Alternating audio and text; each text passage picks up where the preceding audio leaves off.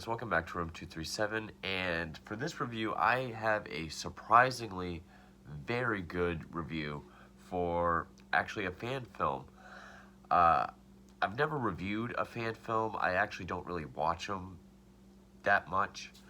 Uh, I know I probably should, uh, but lately I've known the last couple of years there's been some that have gotten quite some recognition.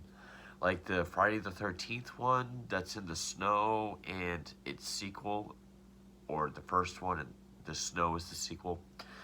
And also this one, It's Me, Billy, the 2021 short fan film direct sequel, unofficially, to 1974's Black Christmas. Now, and yeah, this is a cheap, bad DVD. I gotta upgrade to Blu-ray. Now, this is my favorite Christmas horror film. It was Silent Night, Deadly Night for years, but this really is a fantastic, effective, very chilling horror film. And one of the best proto-slashers ever made.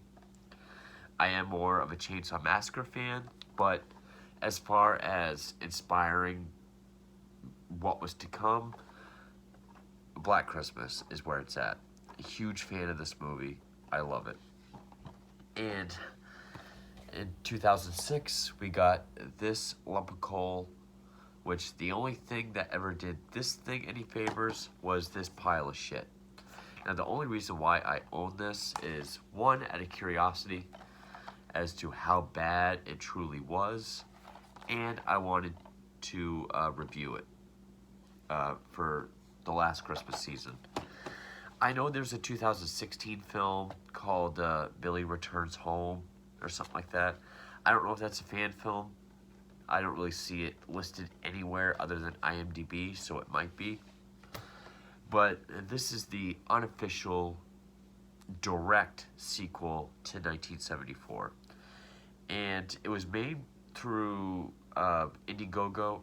It was made through backers. It's only about 42 minutes.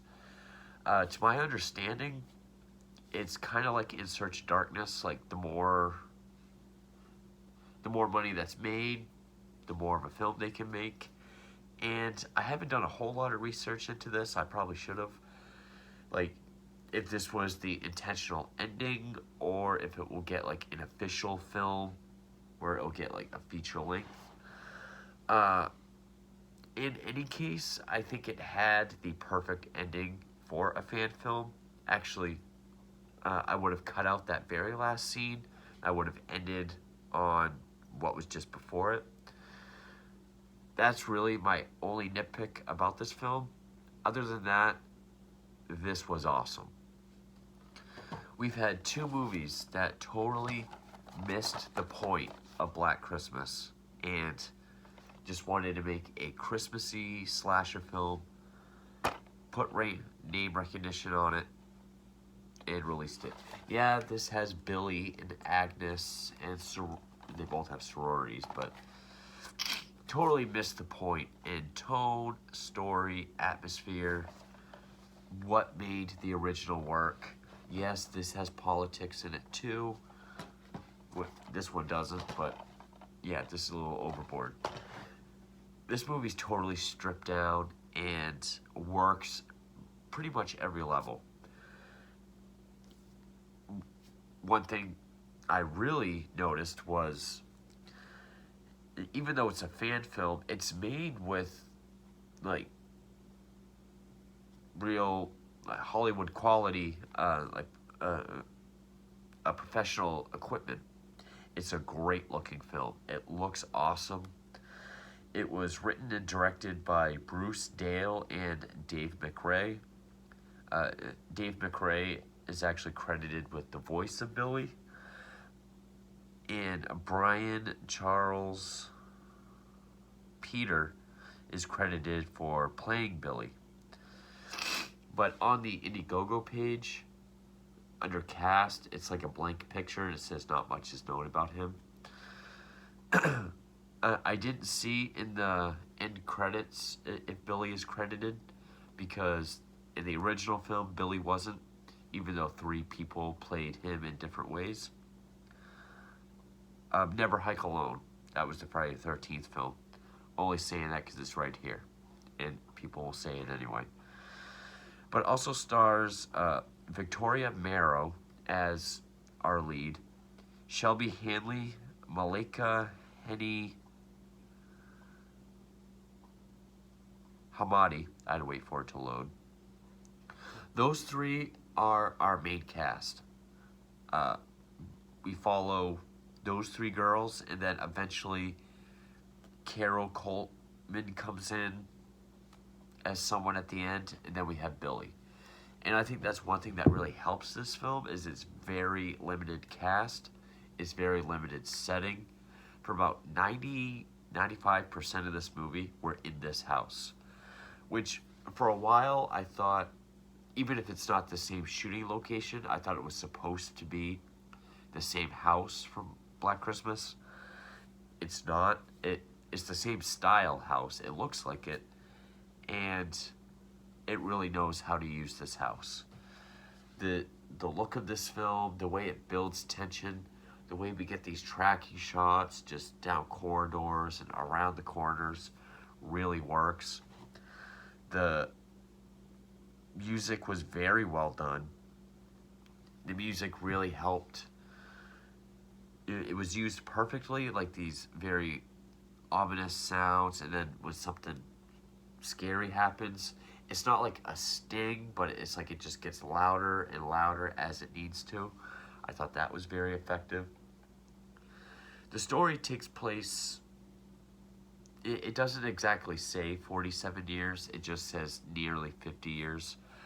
But Sam is the granddaughter of Jess Bradford, Olivia Hussey's character and survivor from the first Black Christmas. And I don't remember exactly what it says about her grandmother, like if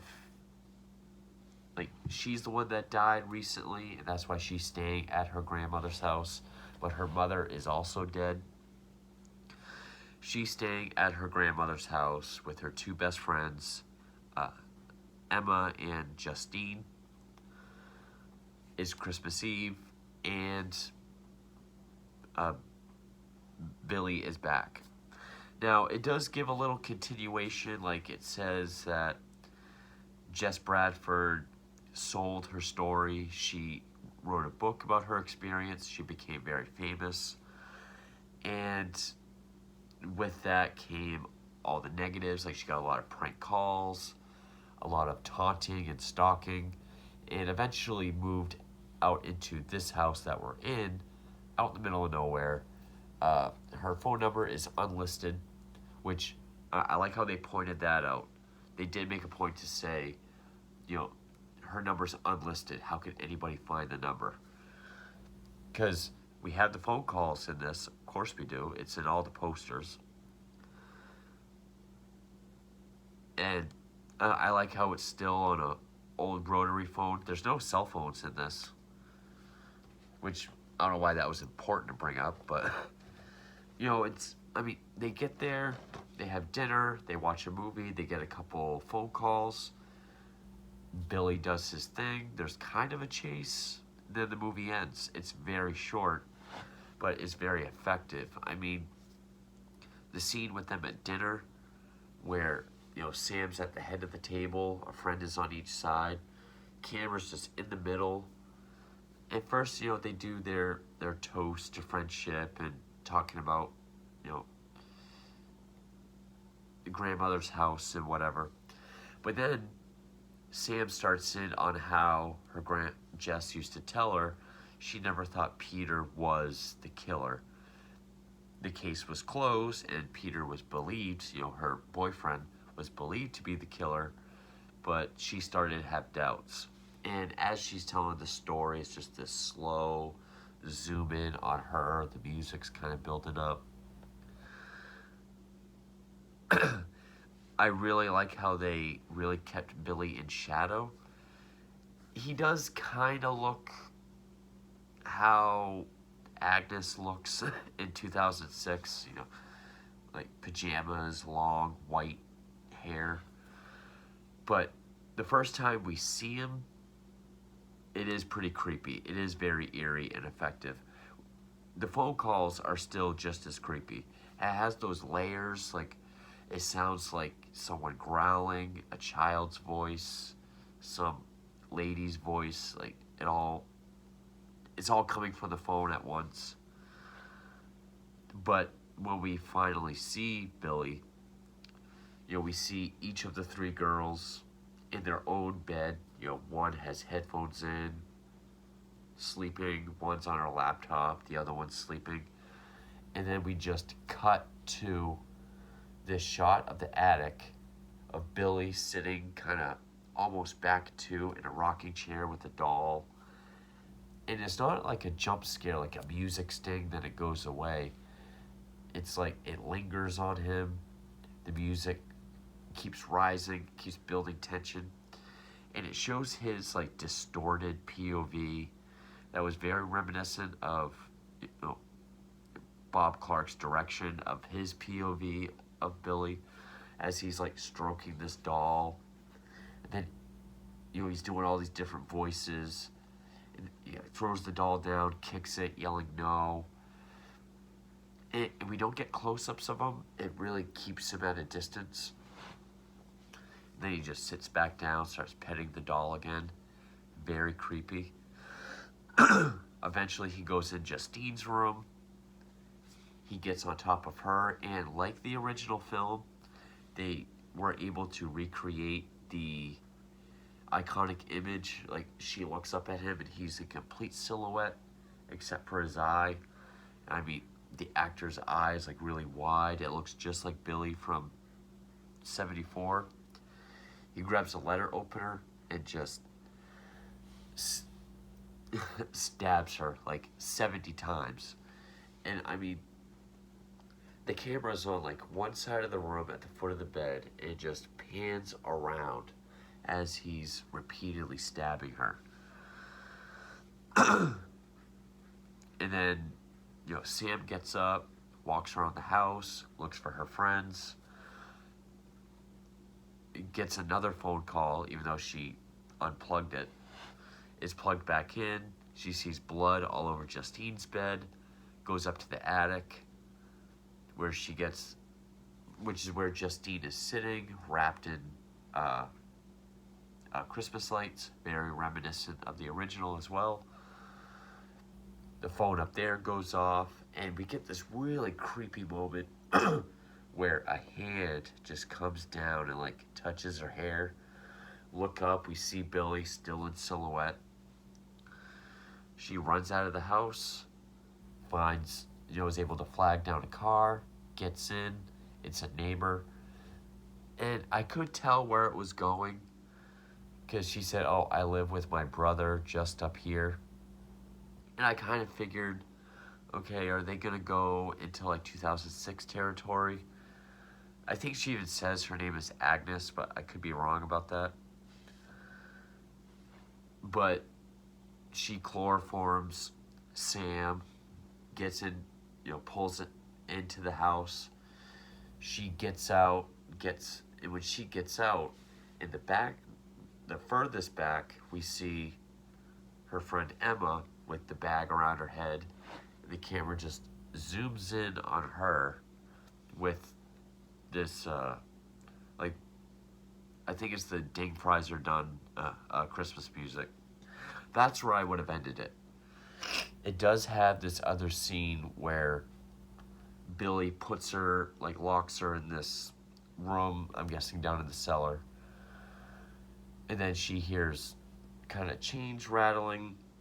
And then from POV, we see Sam turn around. She looks at the camera and says, "Grandma?" And then it ends. If the plan is to do a more full, complete film, which I think is what they want to do, that's definitely a good cliffhanger. But if I wasn't to do that, I would have just ended it with that zoom in on Emma with the bag over her head in the back seat. Because it's very reminiscent of the original, where it zooms out from the house as we hear the phone ring. And yeah, all the actors are great. I mean, the three girls. I can't say too much about the neighbor who's driving the car. You could tell something was off with her because she's like, yeah, we'll get you somewhere safe. Like, you can just tell she's off. But the three girls, all three of them were awesome. Especially Sam as a lead. She really helped carry this film. But the cinematography, the score, and just the atmosphere and the tension building is very, very much Black Christmas. You can definitely tell, and I could be wrong, but I think Bruce Dale and Dave McRae are Canadian, and this is like their favorite Canadian film. Trying to see where he was. This says where he was born. Yeah, he attended school in Ontario. So yeah, they're Canadian, and you know they grew up loving this movie. And they wanted to pay homage to it. You can definitely tell they not only love and respect this movie, but they know what makes it work. And they didn't try to put politics into it just because this one had the political subplot. It didn't try to do anything like that. It just gave us a good, short slasher film. There's even a little meta in there. Because like before just as they're getting the first phone call, the three of them are sitting there watching a slasher movie on their laptop, and one of them says, "This is why I hate these movies, because if the killer's chasing you, you don't run through the house, you run out the door." Which I think it was right after Sam sees Billy and knows something's up, that's when she gets the hell out of the house. So a little fun meta, but yeah, I definitely, I could kind of tell where it was going when she got in the car. I was like, okay, I see where this is going. It didn't take anything away from it. I know a lot of people, when it starts going where they expect, they're like, well, it's garbage now. It's trash. I still thought it was just fine.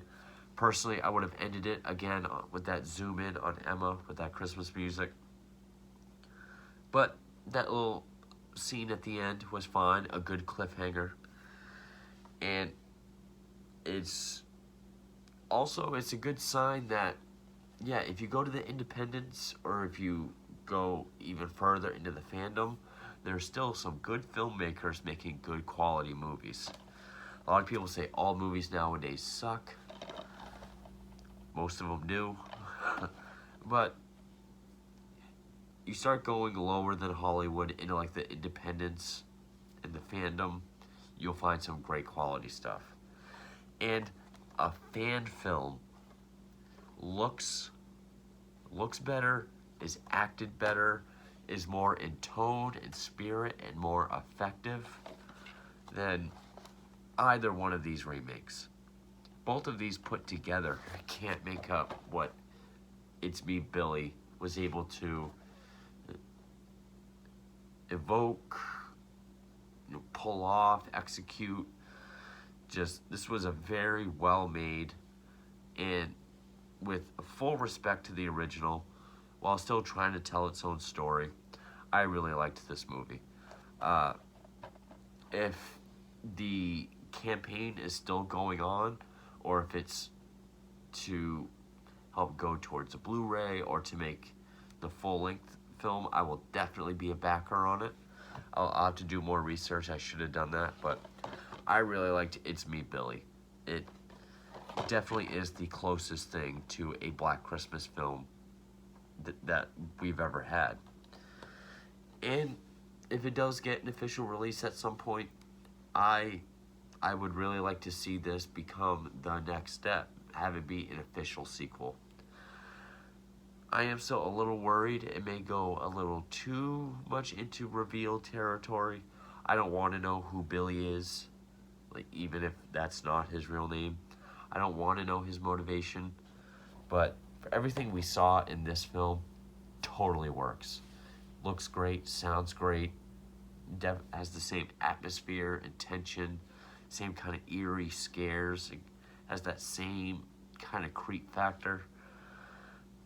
I really enjoyed this movie. I watched it on YouTube. If you want to check it out, you can go check it out on YouTube as well. 42 minutes.